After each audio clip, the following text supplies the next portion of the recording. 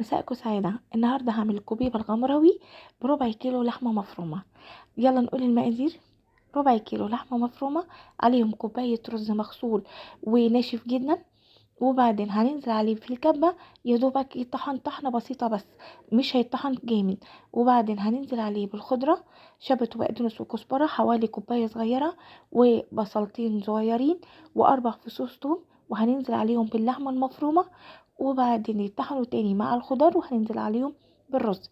طبعا الرز لسه ما طحنش قوي. هننزل عليه بالتوابل ملح وفلفل وكمون وبهارات لحمة. ولما يطحنوا هندهن ايدينا زيت والطبق كمان، وبعد كده هنشكلها دوريات كبيرة سمكها رفيع، علشان لما تنزل في الشوربة ما تفنش ويبقى شكلها مش حلو. بعد كده ما نخلص الكمية هننزلها في حلة، وهننزل عليها بحوالي كوبايتين من الشوربة ومعلقتين صلصة، ولما تستوي تتقدم. وألف هنا وشفا على قلبكم.